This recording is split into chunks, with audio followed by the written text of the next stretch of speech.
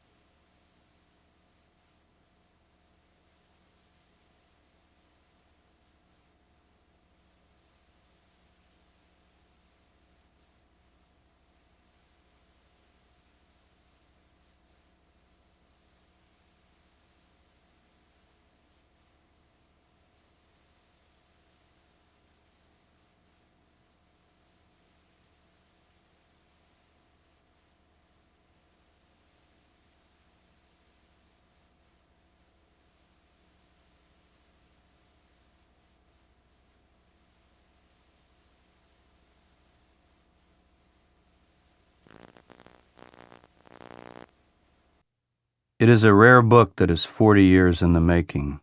In some sense, this is the case with the Jesus Dynasty. Over 40 years ago, as a teenager, I made my first visit to the Holy Land with my parents and my sister. I knew nothing of archaeology, the Dead Sea Scrolls, and other ancient texts or historical research, but I had begun to read the Bible, particularly the New Testament, and had become fascinated with the figure of Jesus. I vividly remember walking around the old city of Jerusalem. The city was thick with tourists, all Christians, no Jews or Israelis. This was before the 1967 Six-Day War, when the old city of East Jerusalem was still ruled by Jordan. We saw all the sights typically shown to Christian pilgrims: the Church of the Holy Sepulchre, the Mount of Olives, the Garden of Gethsemane, the upper room of the Last Supper, and the Dome of the Rock where the ancient Jewish temple once stood. Over the 3 days we were there, I began to experience a growing sense of disappointment.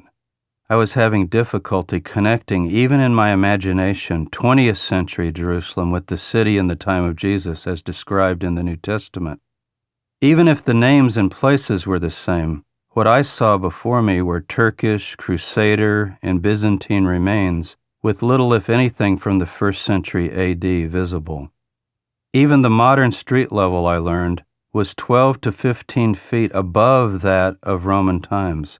I'd purchased a tourist guidebook entitled Walking Where Jesus Walked, and somehow, in my naivete, I wanted to do just that. We stayed in a small hotel on top of the Mount of Olives, just to the east of the old city. About midnight, restless, I got out of bed, Bible in hand, and decided to walk to the Garden of Gethsemane at the foot of the mountain. The steep path down is now paved, but I could see bedrock cut or worn along the way on both sides, indicating this was the narrow road from ancient times. I imagined Jesus riding the donkey down that very path into the old city, hailed by the crowds as the Messiah a week before he was crucified. In 1962, unlike today, the gate to the Garden of Gethsemane was always open. You were allowed to walk among the centuries-old olive trees. I was the only one there that night at that hour. My reading had convinced me that this was the spot where Jesus spent the last night of his life in prayer. For the first time on our tour, on that path and in the garden, I was able to reach back and connect with the past that I sought. I kept thinking to myself, this is the place. It happened here.